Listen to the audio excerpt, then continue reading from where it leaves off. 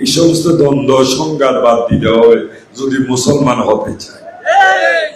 নবী কিসের তৈরি সেটা আমাদের ফাইসালা দরকার, উনি রসুল কিনা সেটা দরকার। কথা ঠিক না বেরিয়ে?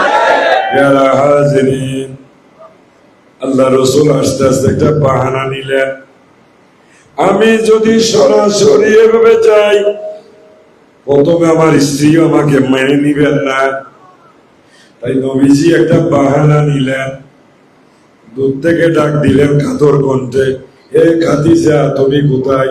আজকে জানি আমার কেমন কেমন লাগে। এটা দুর্বলা কণ্ঠ।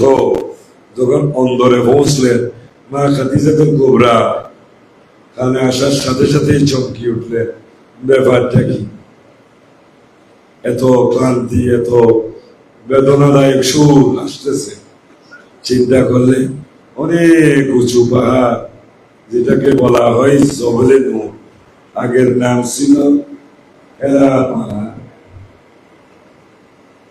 নিশ্চয় কোনো অশুভ দৃষ্টি বলেছে, কারণ খাদিজাতুল কুবরা সংসার করে রসুল ছিলেন নাই, আমরা করতে গেছি। এই জন্য রসুল চিনতে হলে কি লাগবে?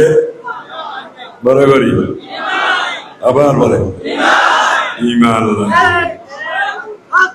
রসুল চিনতে হলে আপনাদের জ্বর টর হয়নি? হাত দিয়ে ধরলে জ্বর মাপা যায়? কারেন্ট চেক করার জন্য হাত দিয়ে দেখে কি লাগে? জ্বর মাপার জন্য থার্মোমিটার। শরীরের জ্বরটা নির্ণয় করতে যদি থার্মোমিটার লাগে, পাশাপাশি বিছানায় শুয়েছেন, যার সাথে সংসার করেছেন উনি রসুল, সেটা বুঝতে গেলে ইমানের শক্তি ছাড়া রসুল চিনা যাবে? ইমান মানে কয়েকটা শব্দের সমন্বয়ে যে বাক্য, সেন্টেন্স কিংবা কালাম, ওটাকে বলা হয় ইমান। আমরা পড়েছি লা ইলাহা ইল্লাল্লাহু মুহাম্মাদুর রাসূলুল্লাহ সাল্লাল্লাহু আলাইহি ওয়াসাল্লাম, এটা কথামালা, কিন্তু ওটার ভিতরে একটা ইমানি শক্তি নাই। ওটা মিলে নিতে পারলে আমরা ইমানদার। তাই মা খাদিজা চিনতেন স্বামী, রসুল চিনতে পারেন নাই যতক্ষণ ইমান আনয়ন করেন নাই। খেয়াল রাখবেন কথাগুলো। বাসায় এসলেন, দৌড়ে গিয়ে জড়াই ধরলেন, কি ব্যাপার খাদিজা আজকে যেমন কেমন কেমন লাগে। চিন্তা করলেন এইভাবে উঁচু পাহাড়ে নিরিবিলি হয়তো বা জিন বুঝে ধরেছে, স্বাভাবিক চিন্তা আসার কথা। একটা কম্বল দিয়ে আমাকে জড়াই ধরো। মা খাদিজাতুল কুবরা একটা চাদর মোবারক দিয়ে জড়াই ধরলেন, যেন স্বামী অন্য কেউ চিনিয়ে নিতে না পারে। উনি বেশি বেকার হয়ে গেলেন। আল্লাহ রাসূল আর চোখে দেখলেন কি পজিশনে পৌঁছল। যখন দেখলেন দুর্বলতার চরম সীমায়, তখন চাদর মোবারক ফেলে বসলেন রাজ দিরাজ। প্রশ্ন করলেন, খাদিজা আমি কে? উনার এতক্ষণে চিন্তা ছিল কোন অশুভ শক্তির প্রভাব পড়ল কিনা। যখন বললেন খাদিজা বরাবরই সন্দেহ পুরোপুরি হয়ে গেল না? নিশ্চয়ই বুঝতে পারছি, নাহলে এই ধরনের উদ্ভট করে কেন বলবে? আমি তোমার স্ত্রী, উনি আমার স্বামী। তো বলেন আমার স্বামী ভাই না, আমি তোমার স্বামী হওয়ার জন্য শুধু আল্লাহ পাঠাই নাই, আমি ত্রিভুবনের স্বামী রূপে দুনিয়াতে এসেছি। ত্রিভুবনে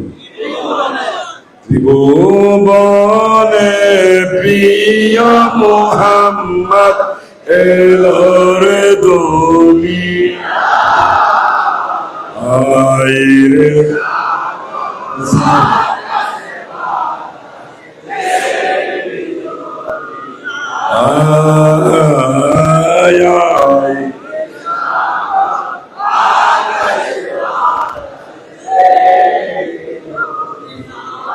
সালাতুনিয়া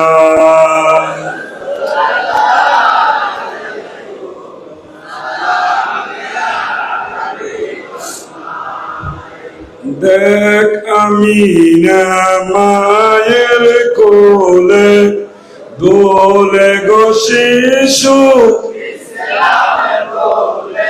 কি দুলে? উনি না মোহাম্মদ, উনি তো মোহাম্মদ ইবনে আব্দুল্লাহ, ওইভাবে জন্ম নিয়েছেন, কথা ঠিক না বেরিয়ে। কিন্তু কবি বললেন যে না, মোহাম্মদ তুলে না, ইসলাম তুলতেছে। দেখ আমিনা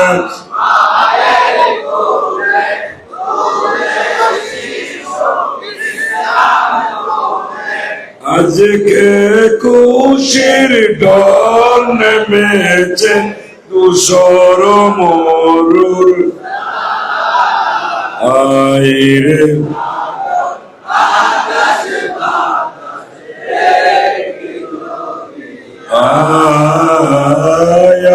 আইরে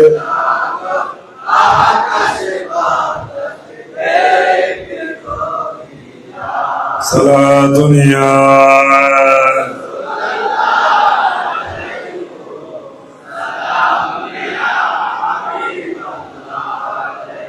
আলহামদুলিল্লাহ। বললেন আমি ত্রিভুবনের জন্য রসূল হিসেবে প্রেরিত হয়েছি। অভিভাবক মা খাদিজাতুল কুবরা বুদ্ধিমতী মহিষা ছিলেন। ওনার প্রশ্ন হলো যে আপনি একটা পরিবারের অভিভাবক, এই পরিবারের জন্য যখন খাদ্য সামগ্রী আনেন, চাউল আনলে বড় করি, বাজার আনলে, পাখিরা বাচ্চাদের জন্য খানা নিয়ে যায় মুখে। আপনি যে এত বিশাল একটা দুনিয়া নয়, তিনটে জগতের জন্য অভিভাবক যখন নির্বাচিত হলেন, আপনার মাঝে তো কোনো অভিভাবক শুরু কোন খাদ্য সামগ্রী দেখতেছি, ঠিক বুঝাইলেন খাদিজারে। পূজা যখন বেশি বড় হয়, হাতে নেই না মাথায় নেই, তার থেকে বেশি হলে রিক্সায় অথবা ভ্যান গাড়ি, তার থেকে বেশি হলে পিকআপ ভ্যান, তার থেকে বেশি হলে ট্রাক, তার থেকে বেশি হলে কভার ভ্যান, ট্যাঙ্ক লরি, ঠিক আছে।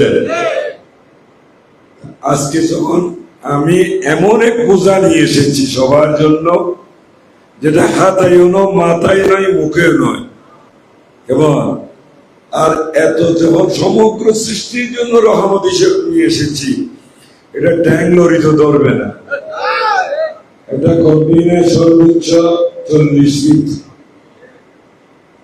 40 ফিট কন্টেইনার। কিন্তু আমি যে রহমতটা নিয়ে এসেছি, সেটা এই 40 ফিটের কন্টেইনারও ধরবে। আল্লাহ তাআলা আমার কলমে পরিপূর্ণ করে দিয়েছে।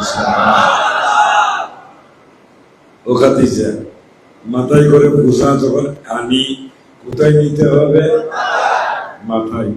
হাতের বোঝা আজকে যখন আমি কলমে করে নিয়ে এসেছি, যদি তোমার যাওয়া দরকার হয় তাহলে নিতে হলে কলমে নিতে হবে। বললেন ইয়া রাসূলুল্লাহ, আমি তো ইয়ার, আপনি দয়া করে আমাকে। হে খাদিজা, আমার দিকে মনোনিবেশন করো আর আমার মুখে মুখে কথা বলো, লা ইলাহা ইল্লাল্লাহু মুহাম্মাদুর রাসূলুল্লাহ সাল্লাল্লাহু আলাইহি ওয়াসাল্লাম। প্রশ্ন, মা খাদিজা কি কথা বলার জন্য চেয়েছিলেন না নেওয়ার জন্য চেয়েছিলেন? তো রাসূল তো কথা বললেন, রাসূল কথা বলেন নাই। এই কথার প্রতিক্রিয়ায় মা খাদিজাতুল কুবরা বললেন, ইয়া রাসূলুল্লাহ, আজকাল আমার এখানে অনেক ওজন হয়ে গেছে, মনে হচ্ছে জমিন থেকে অন্যরকম লাগতেছে, আর মনে হচ্ছে আজকের জন্যই আমার জন্ম হয়েছে। ওগো আল্লাহর রাসূল, আজকে আমার জন্মের সার্থকতা। সুবহানাল্লাহ। এইভাবে যখন আল্লাহ রসুলের কলমাই তৈবার মধ্য দিয়ে ইমানি ব্যবস্থা যখন কলবে পৌঁছে দিলেন, উনি পাইলেন মা খাদিজার কাছে কি শুধু স্বামী না রাসূল? মেয়েদের জীবনে একজন পুরুষের দরকার, আর সেই পুরুষটাকে বরণ করে নেয় কি হিসেবে? স্বামী হিসেবে। একজন পুরুষের দরকার বা একজন স্বামীর দরকার। কথাগুলো মন দিয়ে শুনবেন।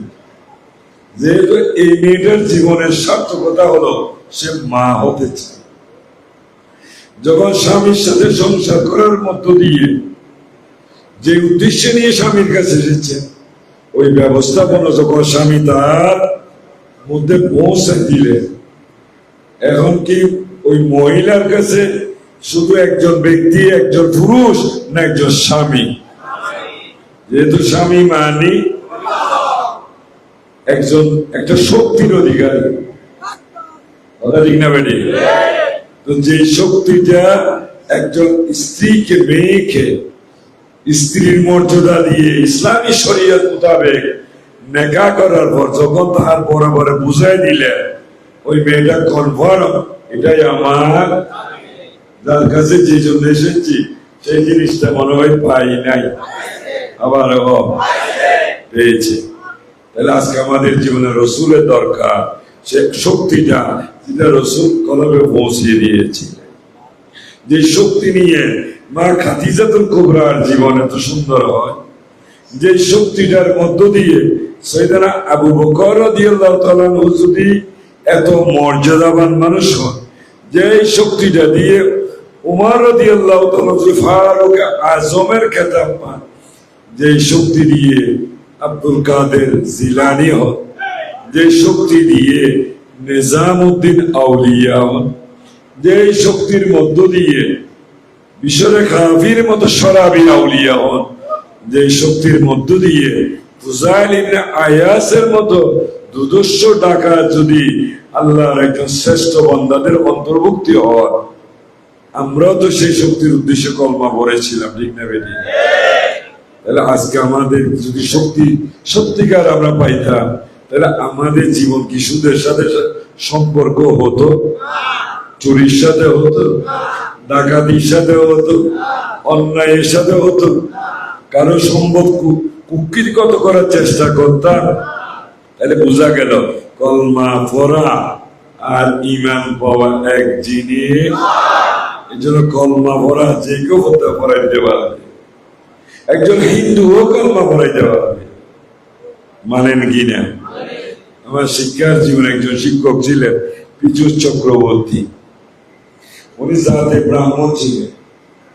একদিন ক্লাসে এসে বললেন, আজকে আমি তোমাদেরকে সূরা ফাতিহা তর্জমা পড়াবো। আমি আশ্চর্য হয়ে গেলাম, এই বেটা বলে কি? জাতে হিন্দু আবার ব্রাহ্মণ, কেমন? যার কাজ হলো মানুষ মরার সময় কানে কানে আস্তে আস্তে বলে লাইলম নীলম মোহাম্মদ, তান ধর্ম মানন তো মানন, না মানলে নরকে যাব। আর এই বেটা কি না কোরআনের তাফসীর করবে, যেটার নাম সূরা ফাতিহা। কেমন?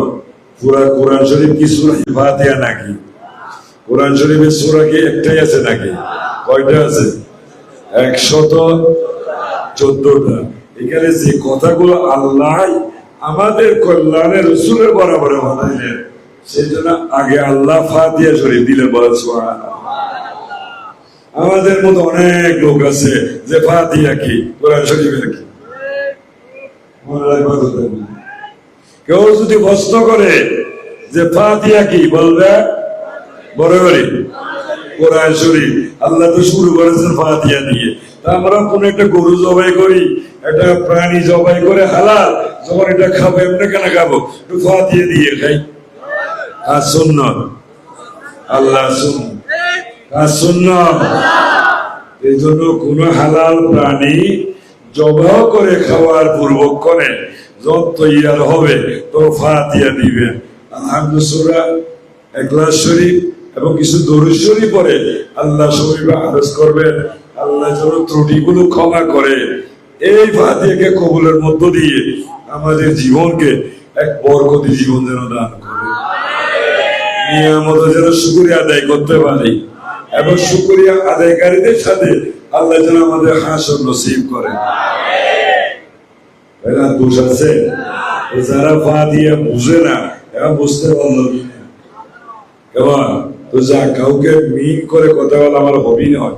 আমাদের উদ্দেশ্য হলো দরবার আজমের স্লোগান হলো বাঁচো এবং আল্লাহ বলেছেন ইয়া আইয়ুহাল্লাযীনা আমানু কু আনফুসাকুম ওয়া আহলিকুম নারা। হে ঈমানদার, আগে নিজে বাঁচো এবং তোমার পরিবার পরিজনকে জাহান্নামের আগুন থেকে। আমাদের জীবনে রাসূলের প্রয়োজন। এভাবে যদি আবু বকর হতে শুরু করে সমস্ত সাহাবা রাসূল পেয়ে যদি ধন্য হয়, যাদের প্রত্যেকটা নামের সাথে রাদিয়াল্লাহু তাআলা আনহু যুক্ত হয়, আপনাদের নামের সাথে কি যুক্ত হলো? যদি কোনো উপাধি যুক্ত না হয় তাহলে আমি শিওর একজনের রাসূল ভাই নাই। এটা বেটে তাহলে এখন রাসূলের সন্ধান করতে হবে কি? মিলাদুন নবী সপ্তাহ শেষ, ঈদে মিলাদুন নবী। ঈদ মানে মিলাদুন নবী মানে নবীর আগমন।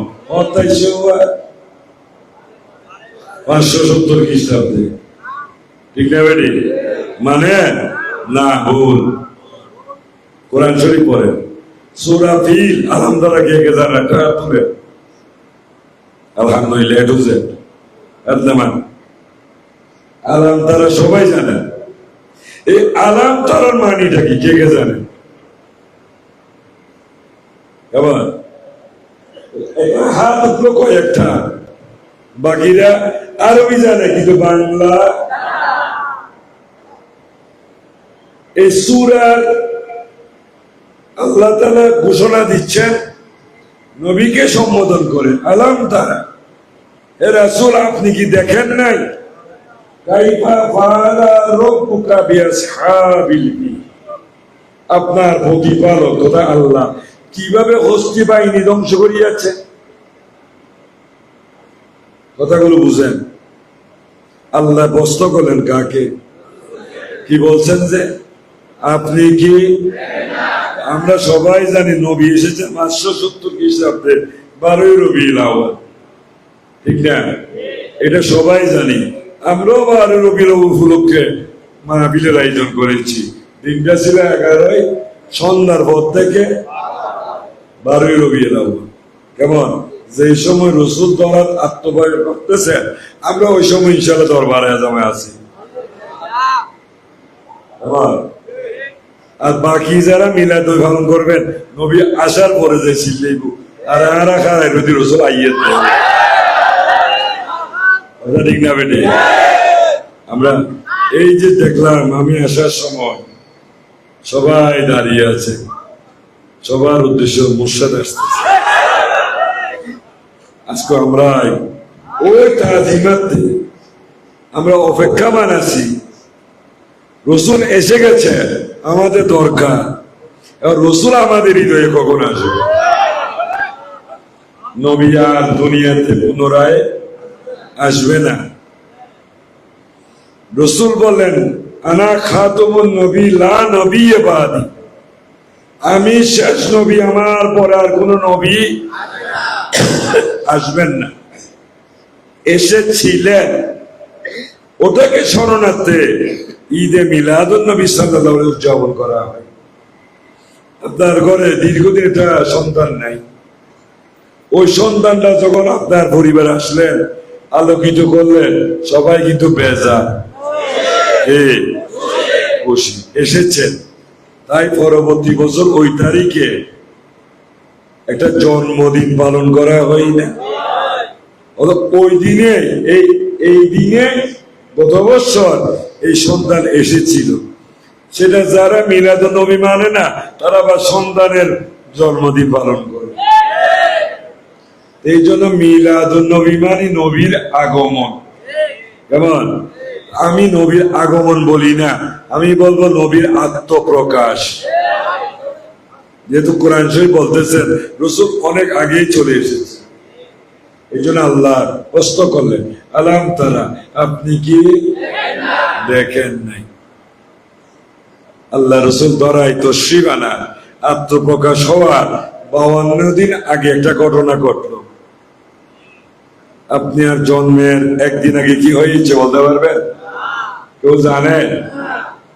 রসুল দুনিয়াতে প্রকাশ হওয়ার কয়দিন আগে? সবাই একটু বড় করে করো।